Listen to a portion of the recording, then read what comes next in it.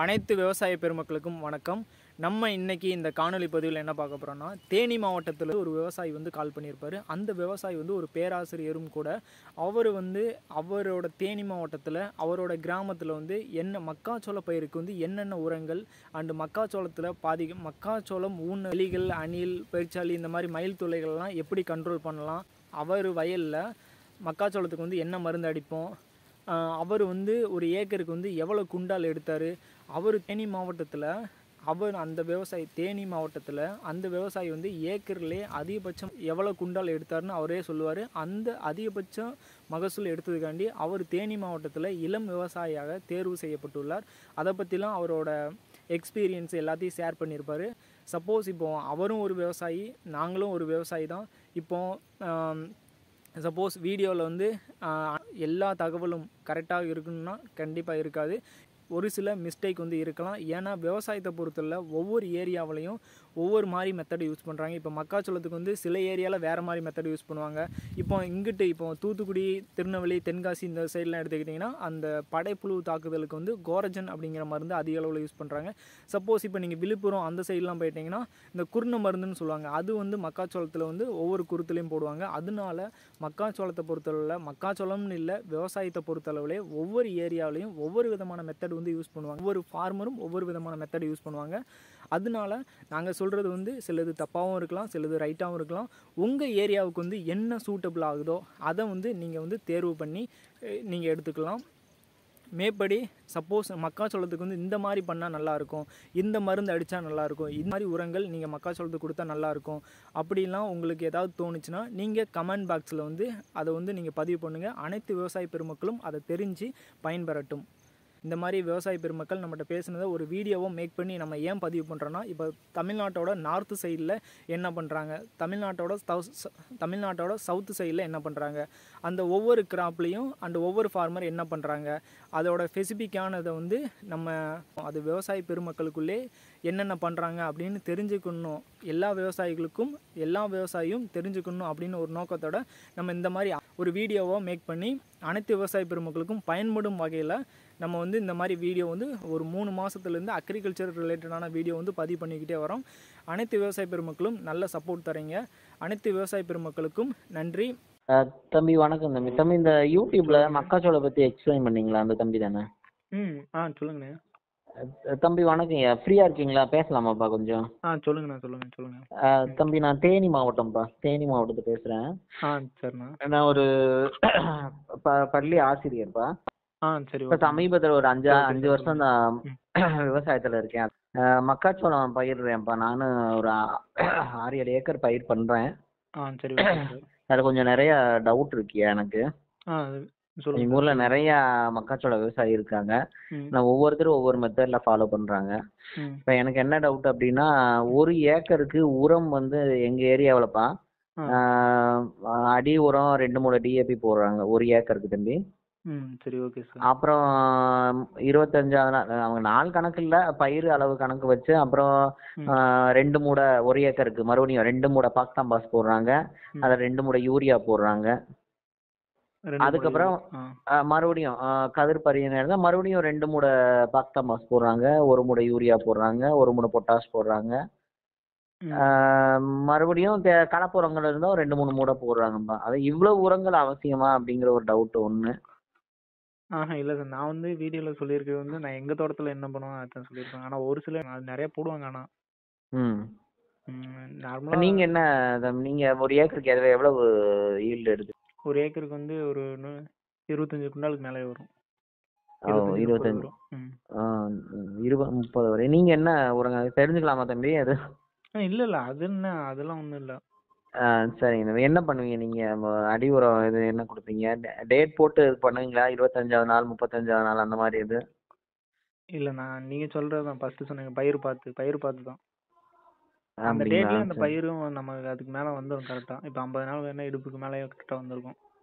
அவன் பூ எடுத்துடல தம்பி 50 நாள்னா? இல்லை, 50 நாள் பூ எடுத்துருக்காது.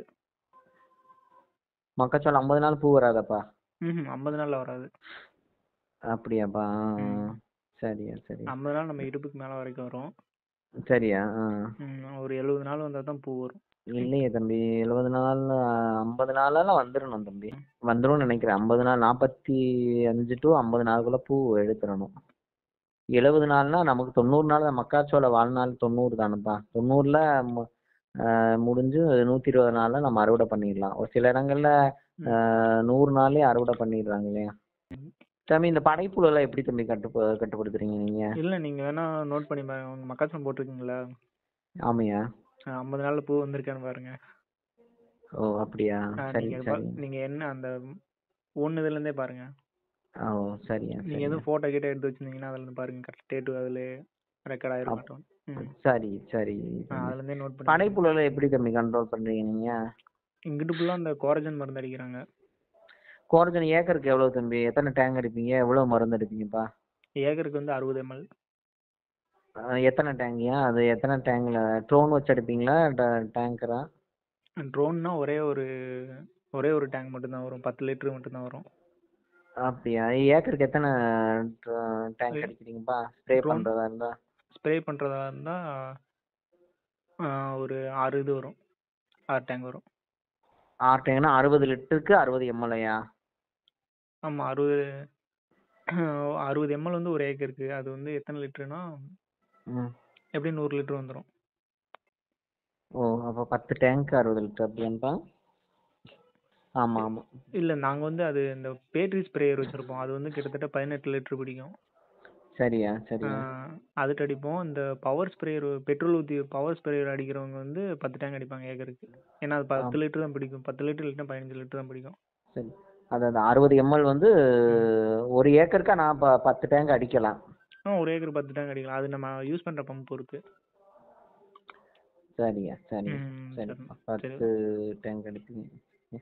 சரி தம்பி, இது சம்பந்தம் ஏதாவது டவுட்னா நீங்க அடி உரம் போடுவீங்க தம்பி? ஒரு ஏக்கருக்கு எத்தனை மூடையா போடுவீங்க? நாங்க ஒரு ஏக்கர் நீங்க சொன்ன மாதிரி 2 மூடை டிஏபியும் போடுவோம், 1 மூடை டிஏபியும் போடுவோம். அதுக்கு அப்புறம் தம்பி மொத்தமே ஒரு ஏக்கருக்கு உர அளவு சொல்லுங்க, என்ன பண்ணுவீங்கன்னு. ஃபர்ஸ்ட் அடி உரம் போட்டுருவோம். அடி உரம் டிஏபி போடுவோம். டிஏபி கிடைக்காதனால பாக்டமாஸ் போடுவீங்க. சரியா? ஒரு மூடை இல்லாட்டி 2 மூடை அப்படித்தானப்பா? ஒரு மூடை, அதிகபட்சம் 2 மூடை, அவ்வளவுதான். சரியா? அதுக்கப்புறம் அதுக்கடுத்து ஒரு 25 நாள் வந்தோடனே ஒரு மூடை யூரியா வந்து தூவி விடுவாங்க ஒரு ஏக்கருக்கு. சரியா? அதுக்கடுத்து இந்த கரெக்டாக 50 நாள் வந்தோடனையும் சரியா 50 நாள்ல இருந்து அதுக்கடுத்து மணி பிடிக்க ஆரம்பிச்சிடும். ஒரு 60 நாள் மேல உள்ள கரு வந்துடும். அதுக்கடுத்து 65 நாள்ல வந்து கீழே உள்ள அந்த கோம்புன்னு சொல்லுவாங்கல்ல, ஆமா அது வந்து வர ஆரம்பிச்சிடும். அதுக்கு வந்து மெயினாக டிஏபி பொட்டாஸ் மட்டும் மிக்ஸ் பண்ணி வைப்பாங்க. இல்லை அது எவ்வளோப்பா ஏக்கருக்கு? அது வந்து டிஏபி ஒரு மூடை எடுத்துக்கலாம், பொட்டாஸ் ஒரு மூடை, ஒரு ஏக்கருக்கு போதும். மொத்தமே அவ்வளோதான். மொத்தமாக நீங்கள் கணக்கு சொல்றது பார்த்தீங்கன்னா அடி உரம் 2 மூடை டிஏபி, அப்புறம் ஒரு பாக்டாம்பஸ் ஒரு மூடை, அப்புறம் ஒரு டிஏபி ஒரு மூடை. ஆமாம். அவ்வளோதானப்பா போடுவீங்க? கலப்புரங்கள் அந்த இதெல்லாம் கொடுக்குறதில்ல அப்படிதான்ப்பா? என்பிக்கெல்லாம் அதெல்லாம் அப்படிலாம் தர மாட்டோம். சரி. இங்கே நிறைய கொட்டுருவாங்களா, அதனால நாம ஒரு ஏக்கருக்கு 36 மூடை 36 குவிண்டால் எடுத்து குவிண்டால் எடுத்தேன். ஆனா நான் உர அளவு வந்து ரொம்ப அதிகமா பயன்படுத்துறது இல்லை. நம்ம பக்கத்துல பயன்படுத்துறாங்க. ஆனா அவங்களும் இதுக்கு ஈக்குவலாதே 30 குவிண்டால் ஒரு ஏக்கருக்கு 30 குவிண்டால் அந்த மாதிரி எடுக்கிறாங்க. நான் போன வட்டம் ஒரு இடத்துல 2 குழியும் 10 பாத்தி. ஒரு குழிங்கிறது 60 சென்டாப்பா? ஒரு குழியா? ஆமாப்பா. ஒரு குழினா 60 சென்டா? இல்ல எனக்கு ஆனா கேள்விப்பட்டிருக்கேன், படிச்சேன், ஆனா தெரியல. 120 சென்ட் பிளஸ் 130 சென்ட்லப்பா. 2022 குழியா அப்படி சொல்லுவாங்க. ஒரு காணி தெரியல தம்பி. சரி ஓகே, சொல்லுங்க. எங்க பக்கம் குழி கணக்கு தான் சொல்லுவாங்க. ஒரு குழினா 60 சென்ட். ஒரு 120 சென்ட்ல 2 குழியும் 10 பாத்தின்னு வைங்க. 10 பாத்தின்னா அது ஒரு 1/2 சென்ட்னு வைங்களேன். 121 சென்ட்னு வைங்க. 121 சென்ட்டுக்கு 48 குவிண்டால் எடுத்தீங்க. 121 சென்ட் 120 சென்ட் 48. அதுல ஒரு அரை குழிக்கு கிட்ட காத்துல சாஞ்சிருச்சியா. அது சாயாம இருந்துச்சு அப்படின்னா 52 53 குவிண்டால் வரைக்கும் வந்திருக்கும். அந்த வருஷம் கலெக்டரேட்ல விருது வாங்கினேன்ப்பா. நீங்களா? ஆமா, மக்காச்சோள விவசாயி அப்படின்னு சொல்லிட்டு, இள விவசாயி அப்படின்னு சொல்லிட்டு. ஆனா எனக்கு வயசு 40 ஆயிடுச்சு தம்பி. சரி ஓகே சார். முதல்ல இளம் விவசாயி ரொம்ப பெருமையா இருந்துச்சு ஒண்ணு. அதுக்கு அடுத்து இன்னொரு இடத்துல மக்காச்சோளம் போட்டிருந்தேன்ப்பா. அது வந்து பக்கத்து விவசாயக்காரங்க இந்த படைப்புழுவை சரியாவே கண்ட்ரோல் பண்ணாதனால அங்க எனக்கு ஈல்டு சரியாகல. அதே 1.5 ஏக்கர் அது. 1.25 குழி 1.25 குழி கொஞ்சம் கூட, 2 குழிக்கு கொஞ்சம் கம்மி, அவ்வளவுதான். ஆனா அங்க வந்து எனக்கு ஈல்டு வரல, 30 தான் வந்துச்சு. ஆனா எனக்கு ஆச்சரியமா இருக்கு சார், நீங்க 50 குண்டால் எடுத்தீங்கன்னு சொல்றீங்க. இல்ல 50 குண்டால் எடுக்கலப்பா, 48 குண்டால் எடுத்தேன். கரெக்டா 122 சென்ட்ல.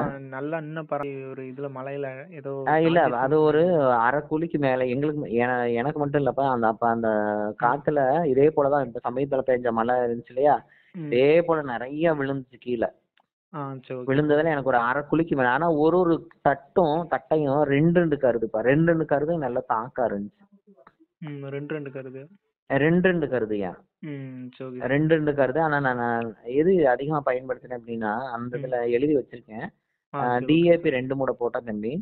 டிஏபி 2 மூடை, 2 மூடையா அடி உரம் 2 மூடை. அதுக்கப்புறம் 25வது நாள்ல யூரியாவும் மறுபடியும் பாக்டம்பாஸ் 2 மூடை பிளஸ் யூரியா 1 மூடை. பாக்டம்பாஸ் வந்து 2 மூடை, யூரியா 1 மூடையா. அதுக்கப்புறம் அந்த பால் இது கருது பூ பறிக்கிற நேரத்துல பாக்டம்பாஸ் 1 மூடை, யூரியா 1 மூடை, பொட்டாஷ் 1 மூடைப்பா. இந்த இவ்வளவுதான்ப்பா நான் போட்டேன். ஆனா போறப்ப எல்லாம் சத்தம் போட்டாங்க, இப்படி கலப்புறம் போடு, அது போடு, இது போடுன்னு சொன்னாங்க. நான் இந்த அக்ரியில என்னோட நண்பர் இருந்தாரு, அந்த நண்பர்கிட்ட கொஞ்சம் கேட்டேன். ஏன்னா புதுசுதான் நானு, எனக்கு கொஞ்சம் புதுசு, கொஞ்சம் எனக்கு அனுபவம் தெரியல. நம்ம கிராமத்துல இருக்கிறதுனால யாரு கேட்டாலும் அவ்வளவா தெளிவா சொல்லல. உங்களை மாதிரி வீடியோஸ் எல்லாம் நிறைய நான் பார்ப்பேன், நிறைய விவசாயிகளோடதெல்லாம் பார்ப்பேன் நான். பார்த்து அந்த வருடம் வந்து 48 குவிண்டால் சாயாம இருந்துச்சு அப்படின்னா எப்படியும் 50க்கு குறைஞ்சிருக்காது. 48 குவிண்டால் எடுத்தேன்ப்பா. அதுக்கப்புறம் 2022ல எடுத்தது, 23ல அவ்வளவு எடுக்க முடியல, அதே இதுல எடுக்க முடியல. ஆனா இதே உரங்களை தான் கொடுத்தேன். ஒரு தப்பு பண்ணிட்டேன், மறுபடியும் அதே பயிர் வச்சுட்டேன், மக்காச்சோளமே. மறுபடியும் அதை அறுவடை முடிச்சோடனே நிலத்தை காய கூட விடல தம்பி, மறுபடியும் அதான் தெரியல இல்ல, மறுபடியும் அதே புழுக கூட இல்ல. நானு தூரை மட்டும் வெட்டி எடுத்துட்டு மிஷின் வச்சுதான் அறுத்த உடனே தூரை எல்லாம் எடுத்துட்டு கட்டை உலையாம இருந்துச்சு, பாத்தி உலையாம இருந்துச்சு. சரி, ஓகே சார். தண்ணி ஊத்துன உடனே மறுபடியும் தண்ணி ஊத்தி சோளம் ஈரத்துல நட்டு விட்டுட்டேன். அத வரப்பு மாத்தி இந்த பக்கம் நட்டுருவோம்னா அந்த பக்கம் கட்டா இருக்கும் இல்லையா, அந்த பக்கம் மாத்தி நட்டு விட்டுட்டேன். படைப்புழு கொண்டு எடுத்து தந்ததுல அதை கண்ட்ரோல் பண்ண. போட்டுக்க மாட்டாங்க தானே, அப்ப யாரும் போடல. ஆனா நான் மறுபடியும் அதான் கூட்டுக்குழுவெல்லாம் சேர்ந்து மண்ணுல கிடந்து மறுபடியும் உற்பத்தி ஆகி வந்திருக்குமே. ஆனா அந்த வட்டம் இதே உர அளவு தான் பயன்படுத்தினேன். ஆனா அவ்வளவு வரல தம்பி, 40க்கு தான் தொட்டுச்சு. 40 குண்டால் இருந்தாலுமே நல்ல இதுதான் சார். குழிக்கு 20 குவிண்டால் இல்ல, குழி தம்பி, ஒரு ஏக்கர் வந்து 100 சென்ட் தம்பி. அதான் 60 சென்ட் நீங்களா, ஒரு குழி 60 சென்ட்னு ஒரு குழி. அதான் ஒரு குழிக்கே 20 குவிண்டால் எங்க ஊர்ல சாதாரணமா எடுக்கிறாங்க தம்பி. நிறைய விவசாயி அப்படி எடுக்கிறாங்க, சாதாரணமாவே 20 குவிண்டால்ன்றாங்க. இப்பயும் சோளம் பயிர் பண்ணிருக்கேன்யா. உங்களுக்கு களை பிரச்சனை இருக்கான்னு நினைக்கிறேன். எனக்கு களை விட மாட்டேன் தம்பி. நானு களை என்ன செய்வேன் அப்படின்னா, அட்ரஸின்னு ஒரு மருந்து இருக்கு தம்பி. நெட்டு முடிச்சோடனே D4D அடிச்சது இல்ல, அட்ரஸின்னு ஒரு மருந்து. அந்த மருந்து நான் மட்டும்தான், எங்க ஏரியாவில நான் மட்டும்தான் அடிக்கிறேன். எல்லாம் வேற யாரும் அடிக்கிறது இல்ல. அதை பத்தி சொன்னாலும் மக்களுக்கு விழிப்புணர்வு இல்லை, இது பண்ணாதீங்க, நிறைய ஆள் செலவு. அதான் ஆள் செலவு அதிகம், வேணாம் பண்ணாதீங்க அப்படின்னு நிறைய சொல்றேன். ஆனா மக்காச்சோளத்துக்கு களை வெட்டினா ஒரு உரம் கொடுத்தது சமம் அப்படிங்கிற ஒரு தாட்டுல 5000 6000 செலவு பண்றாங்க. இந்த 2 மருந்து அடிச்சா எல்லா கிளையும் செத்து போயிடும். ஆனா மக்காச்சோளத்துல எங்க ஏரியா சைடு ஒரே ஒரு புல்லு மட்டும் மக்காச்சோள பயிர் மாதிரி இருக்கும், அதனால அது சாவாது. அப்படியா? முள்ரிங் பயிருமாங்க. அது இங்க ஒண்ணு இருக்கியா? அது வந்து அந்த முள்ரிங் வந்து வரப்போறதுல அங்க ஒண்ணு இருக்கு. நாங்க ஒவ்வொரு வருஷம் அத காலி பண்ணிதான் மாதிரியா இருக்கும். ஆமா, காய வச்சுதான் அதை எப்படியாவது எடுத்து பாக்குறோம். ஆனா எப்படித்தான் அது உற்பத்தி ஆகுது. ஆனா மத்த நாள்ல மக்காச்சோள பயிர் பண்ணா மட்டும் அந்த முள்ளு வந்துருது. அதான் அதான் அந்த மருந்துக்கு நீங்க மக்காச்சோளத்துக்கு அடிக்கிற மருந்து வந்து அது சாவாது. அதனால அது வந்துடும். அதுதான் எங்க தோட்டத்துல பிரச்சனை நிறைய. அதுக்கப்புறம் களை அதுலயே கண்ட்ரோல் ஆயிருது அட்ரஸின். ஆனா 25ஆவது நாள் மறுபடியும் ஒரு களை மருந்து அடிக்கணுங்க. இல்ல ஏதாவது டவுட்னா முளைஞ்சப்புறம் அடிக்கலாம், ஒன்றும் பிரச்சனை இருக்காது. பயிர் மேல பட்டா ஒன்றும் ஆகாது. அட்ரஸின் ஸ்ப்ரே பண்ணாலும் ஒன்றும் இல்லை, அப்படி தானப்பா? ஒன்றும் ஆகாது. நீங்க எவ்வளவு நாள் அட்ரஸின் அடிப்பீங்க தம்பி? இந்த இப்போ ஒரு 20 நாள்ல இப்போ தான் அடிச்சு விட்டேன். இன்னைக்கு தான் அடிச்சு விட்டேன் அட்ரஸின். அப்படியா? எல்லா கலையும், புல் கலையும் அந்த இரட்டை இலை இருக்குல்லையே அந்த மாதிரி கலை? இரட்டைலாம் புல்லு வந்து சாவாது அட்ரஸினுக்கு. அட்ரஸினுக்கு புல்லு சாகல? கொஞ்சம் பெரிய புல்லு இருந்தா சாவாது. இல்ல சின்ன புல்லுன்னா வாங்கி உட்காரும்ல? உட்காரும். வேற இன்னொரு யூடியூப்ல ஒரு தம்பி சொன்னாரு, அட்ரஸின் யூரியாவோட கலந்து அடிச்சு விட்டீங்க அப்படின்னு, பரப்பி விட்டு தெளிச்சு விட்டீங்க, தெளிச்சுங்கன்னு விதைச்சு விட்டீங்கன்னாலும் களை உட்கார்ந்துருது அப்படின்னாரு. அந்த மாதிரியும் பண்ணுவாங்க சில பேர். சரிப்பா சரிப்பா. ஆனா அது என்ன பொறுத்தவரை அது நீங்க அந்த மாதிரி பண்றதோட அடிக்கிறது நல்லது. அட்ரஸின் விலை கம்மி இல்லையா? ரொம்ப கம்மியான மருந்து. கிலோவே ரொம்ப கம்மியானதான். இல்ல ஒரு இடத்துல நமக்கு பயிர் கொஞ்சம் கொஞ்சம் கம்மியா, ஹைட் கம்மியா, ஒரு ஹைட் அதிகமா இருக்கு. அது அந்த நேரத்துல அந்த இடத்துக்கு மட்டும் ஆல்நைட் ஸ்டே பண்ணலாமா? அந்த இடத்துல தண்ணி எதுவும் தேங்கி இருந்ததா? என்னமா? தண்ணி எதுவும் தேங்கி இருந்ததா சார்? அதான் தண்ணி தேங்கி இருந்தா வராது. தண்ணி தேங்கி இருந்தா அது அந்த இடத்துல குட்டை ஆயிரும். அப்படியா? தண்ணி தேங்க கூடாது மக்காச்சோளத்துக்கு, அப்படித்தானே? ஆமா, ஸ்டாக்னேஷன் இருக்கக்கூடாதுமாங்க. தண்ணி நமக்கு தேங்குதுப்பா, களிமண் பூமி அது. தண்ணி தேங்குறதுனாலதான் அந்த பயிர் உட்காருது, அதனால ஈல்டு பாதிக்குமோ? ஆமா, அது குட்டை ஆயிடுச்சுன்னா எடுத்து மணி பிடிக்கிறது கம்மியா இருக்கும். அப்படி அதனாலதான் அந்த கொம்பும் சிறுசா தான் இருக்கும் அதுக்கேற்ற மாதிரி. சரிப்பா சரிப்பா. நீங்க என்ன ரகம் சார் போட்டீங்க? நான் ஆங்கூர் போட்டிருக்கோம்பா. இது மக்காச்சோளம், ஆங்கூர் மக்காச்சோளமா? அதுக்கு பேரு ஆங்கூர் விதை, ஆங்கூர்னு சொல்லுவாங்க. நாங்க இந்த வருஷம் பயனேரி தான் போட்டிருக்கோம். அது பயணியர் தான். பயணியில நிறைய நம்பர்ஸ் வந்துருச்சு. அந்த 50 குண்டால் சொன்னேன் இல்லையா, அதெல்லாமே பயனீர் விதை தான். பயனீர் விதை தான். எங்க தோட்டமும் களிமண்ணு தான், கிளே தான். ஆனா நாங்க 40 குண்டாலே தொட்டது இல்லைன்னு. நிஜமாதான்பா. நான் மக்காச்சோள வயல் நான் காட்டுறேன், நான் போட்டோ எடுத்து உங்க வாட்ஸ்அப் நம்பர் இருந்தா கூட அனுப்புறேன் நானு. நல்லா இருக்கும்பா. எங்களை வந்து ஒரு இடத்துலதான் மட்டும்தான் களிமண் பூமி, அது வந்து 2.5 ஏக்கரு. சரி. அங்கதான் நான் சொல்ற அந்த பிரச்சனை இருக்கு, குள்ளமா இருக்கு. இன்னொரு இடத்துல வந்து மணல் பாங்கான இடம், கொஞ்சம் மணல் என்ன சொல்ல, செவல் சார்ந்து இருக்கும், செம்மண் பூமி தம்பி. நீங்க உங்க வயல் வந்து கரிசல் பூமின்னு நினைக்கிறேன், வண்டல் மண்ணுன்னு நினைக்கிறேன். வண்டல் மண் இல்ல சார், ஃபுல்லாமே கரிசல் மண் தான். கரிசல் மண்ணா? அப்ப ஒரு தண்ணி கட்டினாலே உங்களுக்கு. நீங்க எந்த ஊர் தம்பி? எங்களுக்கு தூத்துக்குடி. தூத்துக்குடியோ? நீங்க வந்து அதான் ஒரு தண்ணி கட்டினாலே தண்ணீர் ஈரப்பதம் ரொம்ப நாளைக்கு இருக்கும் இல்லையா உங்களுக்கு? இருக்கும். எங்களுக்கு இந்த களிமண்ல 10 நாள் வரைக்கும் ஈரம் தாங்குது. ஆனா இன்னொரு இடத்துல நான் 48 கூண்டால் எடுத்தேன் பாத்தீங்களா, அந்த இடத்துல இன்னைக்கு தண்ணி கட்டிட்டு நாளைக்கு போய் பார்த்தா காஞ்சு கிடக்கும் தம்பி. அந்த மாதிரி பிளேஸ். அந்த மாதிரி அதுலதான் அவ்வளவு எடுத்தோம். ஆனா காய வச்சு தண்ணி கட்டினேன் அந்த இதுக்கு. இந்த வட்டம் பயிர் வந்து பாடு போட்டதுனால, பாடுன்னா தெரியும்ல, சரியா புறா பெருக்கிடுச்சு. அணில் பெருக்கிடுச்சு. அணில்களை என்ன தம்பி பண்ணுவீங்க நீங்க? அணிலுக்கு நாங்க மோஸ்ட்லி கூண்டு வைப்போம்.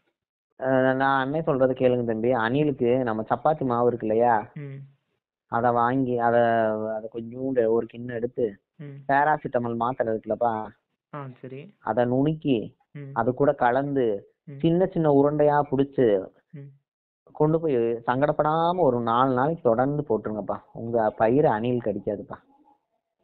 இது அணில் கடிக்காது பயிரை? அணில் கடிக்காது மக்காச்சோள பயிரை, அணிலோ முயலோ தொடாதுப்பா. அப்படி நம்ம பயிர் எண்ணிக்கையே பராமரிச்சிடலாம். ஆமாப்பா, நான் இந்த வட்டம் அப்படிதான் பண்ணேன். அதே போல புறா புரியல, அது வந்து அது சாப்பிட்டு அது செத்து போயிரும் அந்த மாதிரி சொல்றீங்களா? சாகாதுப்பா, அந்த வாடைக்கே அது வராது. நேரா இப்ப பாருங்க, நீங்க பாடு விதை போட்டீங்கன்னு வைங்க, அந்த குழி தோண்டி ஊனி இருப்பீங்க, கரெக்டா அந்த குழியிலேயே தொட்டு எடுத்துரும். ஆமா, அணிலுக்கு வந்து மோப்ப சக்தி அதிகம்னு சொல்றாங்க. ஆமா. அதனால நம்ம இந்த மாவு பொருள் கூட பேராசிட்டமாலை கலந்து மாவாக்கி, பேராசிட்டமாலை நுணுக்கி மாவாக்கி இந்த மாவோட கலந்து சின்ன சின்ன உருண்டையா பிடிச்சு நம்ம மக்காச்சோள வயல் ஓரங்கள்ல எல்லாமே போட்டு விட்டுட்டீங்க அப்படின்னா கண்டிப்பா அணில் வராதுப்பா.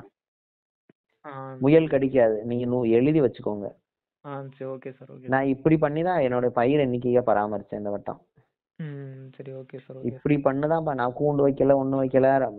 ஏன்னா எங்க தோட்டம் வந்து ஒரு தோட்டம் வந்து ரொம்ப ஊருக்கு ஒட்டி இருக்கும். ஊரு ஒட்டி இருக்கும். 2 பக்கமே மெயின் ரோடு ஃபுல்லாவே புளிய மரம். சரி, ஓகே சார். பெரிய பெரிய மரங்கள். அந்த புளிய மரத்துல எக்கச்சக்கமா பறவைகளும் உட்காந்துருக்கும், அணிலும் இருக்கும். ஒரு அரை குழிய காலி பண்ணும். கிட்டத்தட்ட 30-20 சென்டா காலி பண்ணிரும். சரி, ஓகே சார். இந்த வட்டம் நான் இந்த முறைய ஃபாலோ பண்ணி பயிர் எண்ணிக்கையை கொண்டு வந்துட்டேன்ப்பா நானு. கொண்டு வந்துட்டேன். என்ன பார்த்து இன்னும் மற்ற ஆளுகளும் பண்ண ஆரம்பிச்சிட்டாங்க. அதுல புறா எடுக்கிறதுக்கு பீர் பாட்டில் இருக்கு இல்லையா, பீர் குடிச்சிட்டு நாங்க போடுவாங்க இல்லையா பசங்க, அதையெல்லாம் பிறக்கிட்டு வந்து கம்ப ஊனி 2 பாட்டில ஒன்னா கட்டி அதுல ஒரு எக்ஸ்ரே எடுப்பாங்க இல்லையா, அந்த வேஸ்டான எக்ஸ்ரே கட்டி விட்டு அதுல ஒரு இரும்பு துண்டை கட்டி விட்டுட்டேன். அது டொயின் காத்துக்கு அடிச்சுக்கிட்டே இருக்கும். அதனால இந்த பறவைகள் எதுவும் வராது. சரி, ஓகே சார். நான் அப்படிதான் பயிர் எண்ணிக்கை பராமரிச்சேன். நீங்க இந்த அணில் பிரச்சனை இருந்துச்சு அப்படின்னா இத பண்ணுங்க. சூப்பர் மெத்தட் பாது.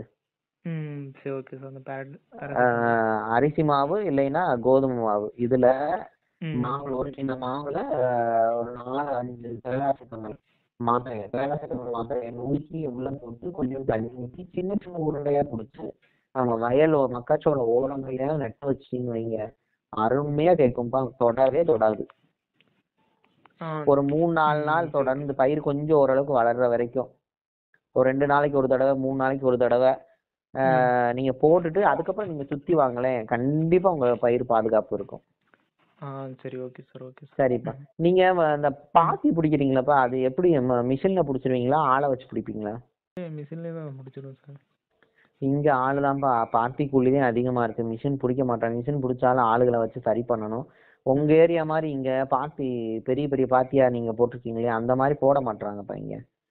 இது மக்காச்சோளத்துக்கு 5 கலப்பைன்னு சொல்லி ஒன்று இருக்கும் சார். அதான் 5 கலப்பையில போடுறீங்க இல்லையா, 5 கலப்பையில வாய்க்கா தடுக்கிறது ரொம்ப சின்னதா தடுப்பாங்க. உங்க மாதிரி வயல் மாதிரியே போடுறீங்களே இங்க.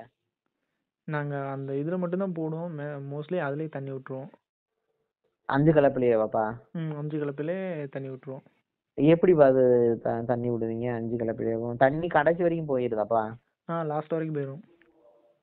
வாய்க்கால் எப்படி இருப்பீங்கப்பா? ஒவ்வொரு ஒரு நெட்டு இருக்குன்னு வைங்க, ஒவ்வொரு நெட்டுக்கும் வெட்டி வெட்டி போடுவீங்களா நீங்க? இல்ல, வாய்க்கால் மட்டும் நேரா வாய்க்கால் வந்து 2 ஒரு ஏக்கருக்கு ஒரு 4 வாய்க்கால் மட்டும் நேரா போட்டுருவோம். சரியா? கிழக்கு இருந்து மேற்கு வரைக்கும் நேரா வாய்க்கால் மட்டும் போட்டு ஆல்ரெடி மோல்டு வந்து போட்ட மாதிரி பெரிய பெரிய பாத்தியா இருக்கும்ல, அதை வந்து ஜாயின் பண்ணிக்கிறோம். அது வந்து ஜாயின் பண்ணிடுவோம். ஜாயின் பண்ணி ஒரு 5 வரப்பு 6 வரப்பு சேர்ந்தா ஒரு பாத்தி மாதிரி அந்த மாதிரி கணக்கு பண்ணி அதுக்குள்ளே தண்ணி விட்டு போயிடும். இல்ல நேரம் தண்ணி எங்கேயும் தேங்காம கடைசி வரைக்கும் ஓடிடுதா? தேங்காது எங்கேயுமே. ஓடிடும். 5 கலப்பையில பாத்தி போடுவீங்க? ஆமா சார். நெட்டா இங்க அப்படி இல்ல. 5 கலப்பை உழுகுறாங்க. பட் வந்து வாய்க்கால் வந்து தனித்தனியா தண்ணி கட்டி இடுப்பெல்லாம் செத்து போகணும்பா. ஆனா உங்களுக்கு அந்த பாத்தீங்கன்னா தண்ணி கட்டுறதுக்கு அலுப்பு தெரியாதுல்ல தம்பி? அலுப்பு தெரியாது. நாங்க வாட்டுக்கு எது வரைக்கும் நல்லா லெவலா போதோ அது வரைக்கும் லெவலா போற வரைக்கும் அடைச்சிடுவோம். திருப்பி இன்னொரு இடத்துல போய் கரெக்டா ஓபன் பண்ணி விடுவோம். ஆனா இங்க அப்படி இல்லப்பா. அப்படியே ஒரு 3 நிமிஷம் 4 நிமிஷத்துக்கு மறுபடியும் குனிஞ்சு வெட்டணும். 2 ஒரு மழை எல்லாம் பெய்ஞ்சது. நீங்க சொல்ற மாதிரி பண்றாங்க எங்க ஊர்ல. இப்ப நாங்க ஏன் இந்த மாதிரி போட்டோம்னா மழை பெய்யும்னு எங்களுக்கு தெரியும். சரியா? நாங்க ஒரு தண்ணி விடுறதுக்கு தான் இந்த மாதிரி போட்டோம். ஆனா உங்களுக்கு மழை பெஞ்சிரும். இது மழை காலம் தானே, கண்டிப்பா பெய்யும்ல. அதனால இங்க அப்படி இல்லப்பா. இங்க பாத்தி ஒண்ணுதான் என் கஷ்டம்.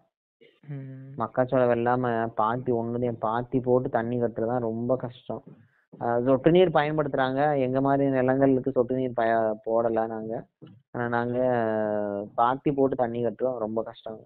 இதோட மக்காச்சோளத்துல தண்ணி அதிகமா தேங்க கூடாது. ஏன்பா? தண்ணி தேங்குனா கொஞ்சம் பிரச்சனை. ஆமா சார், தண்ணி அதிகமா தேங்க கூடாது. களிமண் பூமினால எங்களுக்கு தண்ணி தேங்குது. அந்த இடங்கள்ல குட்டை, அதுல யூரியா ஏதாவது போட்டு வளர்த்துனாலும் தண்ணி தேங்காம பாத்துக்கிறேன். அப்படித்தானப்பா? ஆமாம் சார், கண்டிப்பாக. சரியா சரியா, ரொம்ப சந்தோஷம்ப்பா. இதான் டவுட்னா கேட்குறேன். சரி, ஓகே சார். சரிங்க தம்பி, ரொம்ப சந்தோஷம்.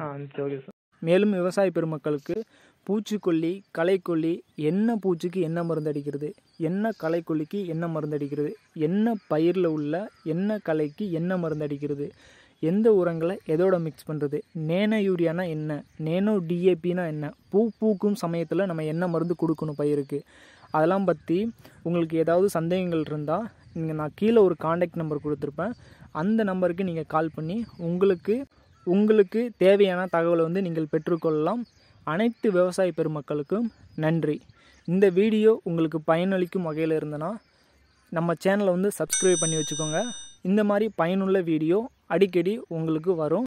அதுவும் இந்த நம்ம வீடியோ போட்ட உடனே உங்களுக்கு வரணுன்னா இந்த பெல் ஐக்கானை நீங்கள் கிளிக் பண்ணி வச்சுக்கோங்க. இந்த காணொளி பதிவு உங்களுக்கு பிடிச்சிருந்தனா உங்களோட ஊர் வாட்ஸ்அப் குரூப், இல்லைன்னா உங்களோட டெலிகிராம், இல்லைன்னா உங்களோட இன்ஸ்டாகிராம் வாட்ஸ்அப் குரூப்பில் நீங்கள் வந்து ஷேர் பண்ணலாம். அனைத்து விவசாய பெருமக்களுக்கும் நன்றி.